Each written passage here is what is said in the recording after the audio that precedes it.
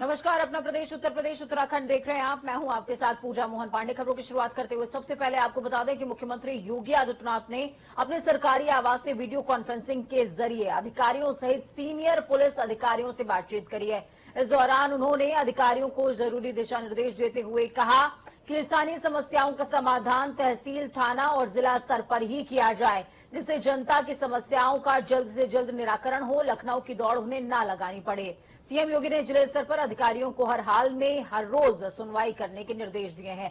मुख्यमंत्री ने कहा कि वरिष्ठ नागरिकों की समस्याओं के समाधान के लिए एल्डर हेल्पलाइन बनाई गई है। इस तरह की हेल्पलाइन का काम सभी जिलों में किया जाए।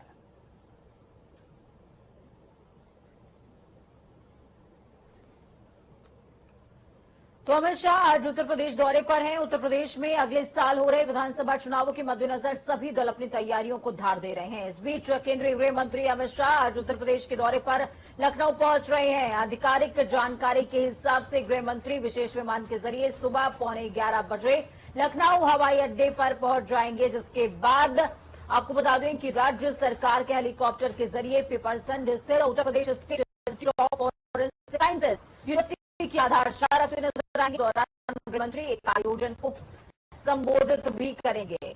सूत्रों के हिसाब से इस समारोह में राजधानी के प्रबुद्ध जनों विशेष रूप से आधारशिला रखते नजर आएंगे। इस दौरान गृहमंत्री एक आयोजन को संबोधित भी करेंगे। सूत्रों के हिसाब से इस समारोह में राजधानी के प्रबुद्ध जनों को विशेष रूप से आमंत्रित किया गया है। पार्टी सूत्रों के हिसाब से शाह इस कार्यक्रम के बाद एसजीपीजीआई में भर्ती पूर्व सीएम कल्याण सिंह की सेहत का हालचाल जानने के लिए भी पहुंच सकते हैं। हालांकि उनके कार्यक्रम में एसजीपीजीआई जाने का उल्लेख फिलहाल नहीं किया गया है।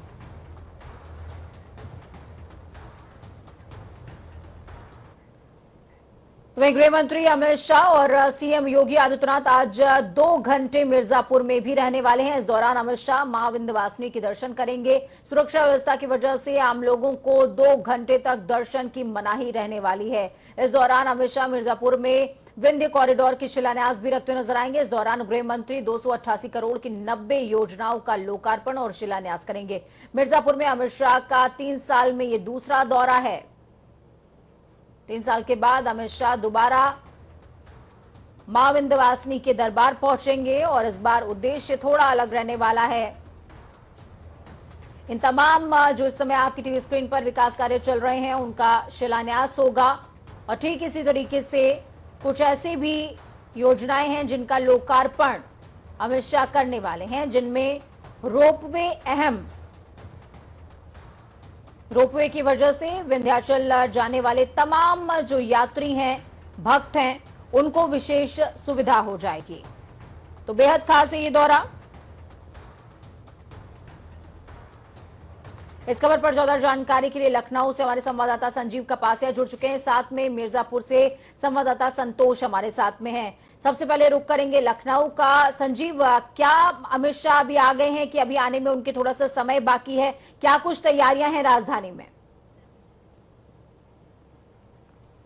बिल्कुल पूजा, देखिए उत्तर प्रदेश चुनावी मोड पर है और भारतीय जनता पार्टी के तमाम जो बड़े नेता हैं उनका उत्तर प्रदेश दौरे अब शुरू हो गए हैं। आज देश के गृह मंत्री अमित शाह राजधानी लखनऊ में लगभग 11 बजे पहुंचेंगे। मैं आपको दिखा दूं कि मेरे पीछे ये कार्यक्रम स्थल है जहां पर उनको एक फॉरेंसिक इंस्टीट्यूट का शिलान्यास करना है। उत्तर प्रदेश के मुख्यमंत्री योगी आदित्यनाथ, उप मुख्यमंत्री केशव प्रसाद मौर्य और इसके साथ साथ उत्तर प्रदेश के कई कद्दावर मंत्री भी इसमें शामिल होंगे। लेकिन आपको बता दें, जिस तरीके से उत्तर प्रदेश में 2022 के विधानसभा चुनावों की आहट शुरू हो गई है, उससे कहीं ना कहीं भारतीय जनता पार्टी के एजेंडे में उत्तर प्रदेश सियासी रूप से बहुत ज्यादा महत्वपूर्ण है, क्योंकि 80 लोकसभा सीटें, 403 विधानसभा सीटें, यानी उत्तर प्रदेश का जो सियासी समीकरण है वो देश की राजनीति को बदलने की कुव्वत रखता है।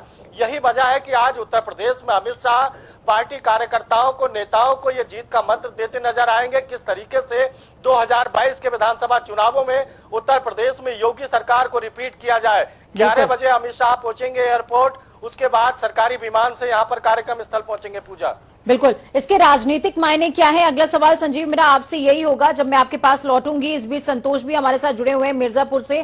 संतोष, क्या कुछ अपडेट है ग्राउंड जीरो से? तैयारियां कितनी हो गई है? 2 घंटे के लिए अमित शाह मिर्जापुर में रहेंगे और मिर्जापुर का क्या इम्पैक्ट है वोट बैंक की अगर हम बात करें तो? जी, मिर्जापुर में जो है आज अमित शाह जी लगभग 2:55 पर आने के साथ योगी आदित्यनाथ करेंगे और 114 करोड़ रुपए का परियोजना का शिलान्यास करने मैदान में ठीक है। अपने पीछे तमाम जो तैयारियां हैं उनका एक बार कैमरा पर्सन को बोल दीजिए कि पैन करके वो दिखा दें कि क्या कैसी तस्वीरें हैं। अमित शाह जहां पर पहुंचेंगे और कहा जा रहा है कि आयोजन को संबोधित भी करने वाले हैं। जी, यहाँ पे जो ये वीआईपी का जो मैदान है ये काफी बड़ा मैदान है। माना जाता है कि यहाँ पर लाखों संख्या एक बार हो जाती है। मैं दिखाना चाहूंगा कि पीछे जो ये मंच बना है, अभी यहाँ पर बारिश हुई है लेकिन कुछ खामियां आई, उसके बावजूद जिला प्रशासन ने बहुत मुस्तैदी के साथ वाटर प्रूफ पंडाल पूरा वाटर लगाकर यहाँ पर व्यवस्था यहाँ पर अभी से करना।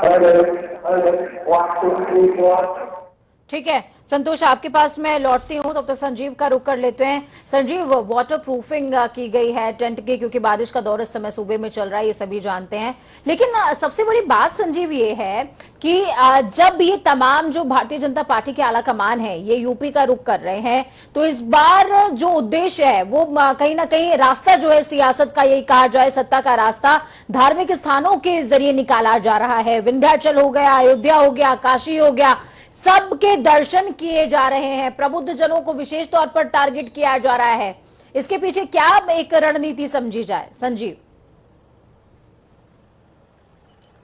बिल्कुल, देखिए उत्तर प्रदेश की सियासत की बात करें तो धर्म और सियासत का यहां पर मेल रहा है।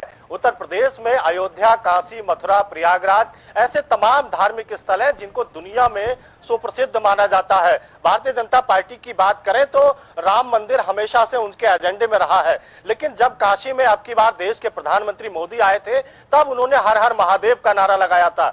आज भारतीय जनता पार्टी में सेकेंड नंबर की हैसियत रखने वाले और भारतीय जनता पार्टी के चाणक्य कहे जाने वाले अमित शाह जब उत्तर प्रदेश के दौरे पर होंगे तब ये उनका दौरा खासा महत्वपूर्ण होगा, क्योंकि भारतीय जनता पार्टी को लगता है कि 2022 के विधानसभा चुनाव उनके लिए खासे महत्वपूर्ण है। ये तो 5 राज्यों में विधानसभा के चुनाव है पूजा, लेकिन उत्तर प्रदेश का सियासी महत्व सबसे अधिक है और यही वजह है कि भारतीय जनता पार्टी का जो आला कमान है उसका फोकस पूरी तरीके से उत्तर प्रदेश। संजीव, इस समय आप जहां पर मौजूद हैं फॉरेंसिक साइंस इंस्टीट्यूट, इसका क्या महत्व होने वाला है, क्या खासियत है इस इंस्टीट्यूट की, ये एक बार आप तमाम दर्शकों को बता दें क्योंकि समय कम है।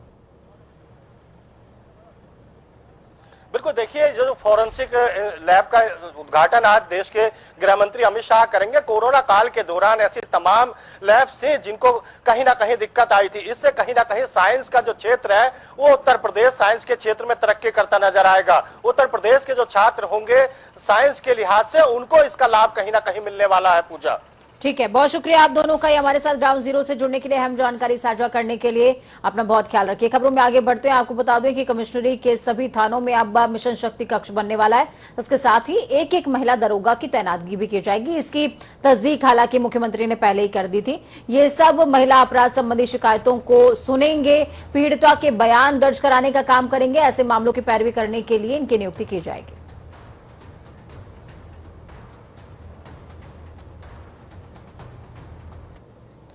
वहीं समाजवादी पार्टी के अध्यक्ष अखिलेश यादव ने भाजपा पर जमकर हमला बोला। अखिलेश ने कहा कि भाजपा कैसा भारत बनाना चाहती है। भाजपा सरकार ने राष्ट्रीय संपत्ति को बेच दिया, अपनों की जासूसी कराने का गंदा खेल खेल रही है, खेत पर कब्जा करने का कानून बनाया है और समाजवादी पार्टी के कामों पर अपना लेबल लगा करके अपनी ही पीठ थपथपा रही है।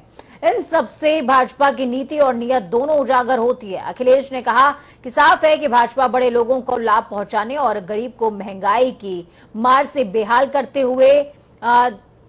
करने की साजिश को बड़ी चालाकी से अंजाम दे रही है। प्रसपा के राष्ट्रीय अध्यक्ष शिवपाल सिंह यादव ने इस बार बड़ा अतरंगी बयान दिया। शिवपाल यादव ने कहा कि प्रदेश के मुख्यमंत्री योगी आदित्यनाथ तो ईमानदार आदमी हैं, लेकिन उनके अफसर भ्रष्ट हैं। जनता परेशान है पर वो चुप हैं और इसका जवाब जनता उनको चुनाव में जरूर देगी। शिवपाल ने कहा कि यूपी में गैर भाजपा राजनीतिक दल की जरूरत समय की पुकार है और ऐसे छोटे दलों को मतभेद छोड़कर एक मंच पर आना चाहिए, यानी कि एकजुटता का संदेश देते शिवपाल यादव नजर आ रहे हैं। हालांकि अखिलेश यादव और शिवपाल यादव अलग अलग मंच से एकजुटता का राग जरूर अलापते हैं, लेकिन साथ नहीं आ पा रहे हैं। बहुजन समाज पार्टी आगामी विधानसभा चुनाव के मद्देनजर लगातार ब्राह्मणों को अपनी ओर खींचने की कवायद में है, जिसके लिए वो पूरे प्रदेश में प्रबुद्ध सम्मेलन का आयोजन कर रही है।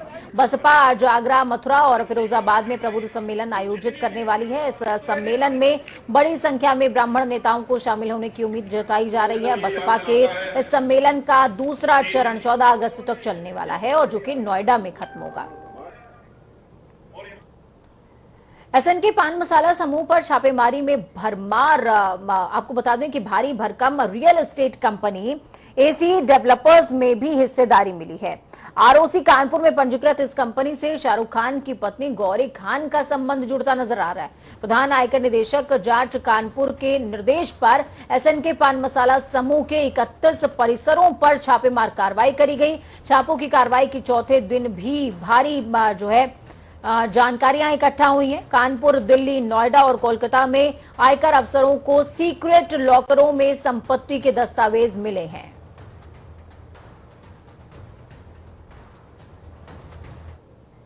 वहीं यूपी बोर्ड ने कोरोना संक्रमण की वजह से 10वीं और 12वीं के बच्चों को बगैर एग्जाम के ही प्रमोट कर दिया।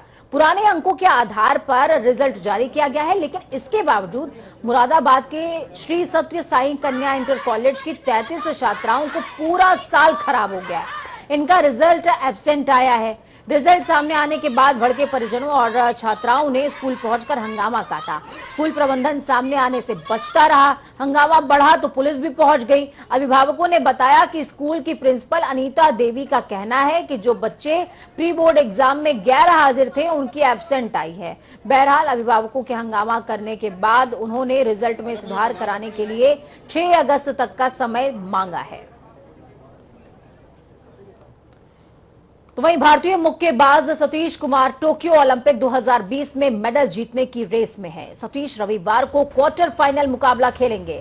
सतीश अगर ये मैच जीत जाते हैं तो वो सेमीफाइनल में पहुंच जाएंगे और भारत के लिए एक और मेडल पक्का हो जाएगा। हालांकि मुकाबले से पहले सतीश कुमार को 7 टाके लगे हैं। उन्हें जमैका के रिकॉर्ड ब्राउन के खिलाफ प्री क्वार्टर मैच में ठुड्डी और दाहिनी आंख पर गहरा कट लग गया है। बॉक्सिंग फेडरेशन ऑफ इंडिया के अध्यक्ष अजय सिंह ने कहा कि डॉक्टर अगर इन्हें इजाजत देते हैं कि वो रिंग में उतरें तो वो जरूर उतरेंगे। तो वहीं दूसरी तरफ खबरों में आगे बढ़ते हुए रुक करेंगे देवभूमि का। नैनीताल हाईकोर्ट ने कुंभ में कोरोना जांच फर्जीवाड़े के आरोपी नलवा लैब संचालक की गिरफ्तारी पर रोक लगा दी है। कोर्ट ने लैब संचालक नवतेज नलवा को निचली कोर्ट के समक्ष अग्रिम जमानत के लिए याचिका दाखिल करने का आदेश दिया है। याचिकाकर्ता को 17 अगस्त तक अग्रिम जमानत याचिका दाखिल करने की छूट भी दी गई है। तब तक उनकी गिरफ्तारी पर रोक रहेगी। आपको बता दें कि कुंभ में कोरोना टेस्टिंग फर्जीवाड़ा सामने आने के बाद 17 जून को सीएमओ हरिद्वार ने हरिद्वार कोतवाली में मैक्स कॉर्पोरेट सर्विसेज, लाल चंदानी और नलवा लैब के खिलाफ मुकदमा दर्ज कराया था। हालांकि सभी की गिरफ्तारी पर हाईकोर्ट ने अभी रोक लगा रखी है, लेकिन जांच के दौरान पुलिस ने धाराएं बढ़ा दी तो गिरफ्तारी का खतरा नलवा लैब सहित सभी पर लगातार बना हुआ है। इस खबर पर ज्यादा जानकारी के लिए धनंजय ढोंडियाल हमारे साथ में जुड़ चुके हैं। धनंजय, क्या कुछ अपडेट है आपके पास?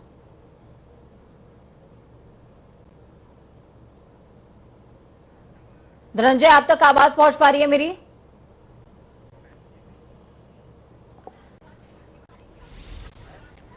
तो आपको बता दें कि कोरोना जांच में फर्जीवाड़े का मामला लगातार तूल पकड़ता जा रहा है और अब ऐसे में नैनीताल हाई कोर्ट ने भी जमानत अर्जी 17 अगस्त तक के लिए गिरफ्तारी को फिलहाल टाल दिया है और जमानत अर्जी दाखिल करने के लिए निचली कोर्ट में कहा है।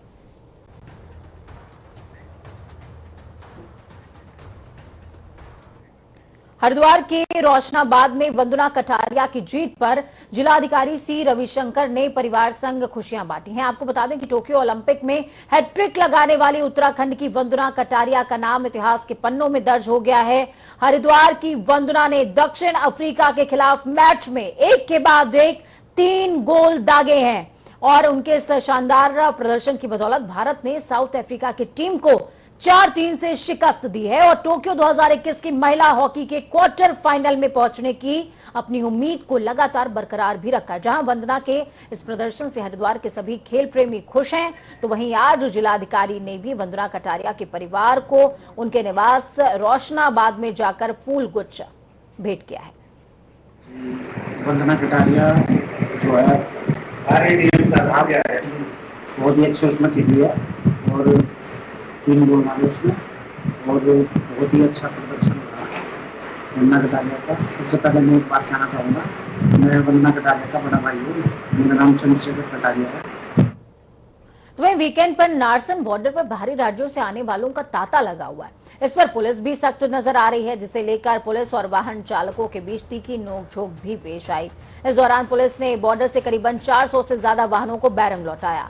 सरकार की ओर से कांवड़ यात्रा भले ही स्थगित कर दी गई है, लेकिन लोगों को ये बात समझ नहीं आ पा रही है और बाहरी राज्यों से लोगों का आने का सिलसिला, सैलानियों के आने का सिलसिला लगातार जारी है। इन लोगों से पुलिस अपील कर रही है कि भाई वापस लौट जाइए। पुलिस की सख्ती के बाद भी वीकेंड पर हरियाणा, राजस्थान, गुजरात और यूपी समेत अन्य राज्यों से आने वालों की भीड़ उमड़ी हुई है। बहुत यहां पर छोटे से ब्रेक का ब्रेक के उस पार खबरों का सफर लगातार जारी है। बने रहिए जनता टीवी के साथ, क्योंकि हमें आपकी ताकत। नमस्कार।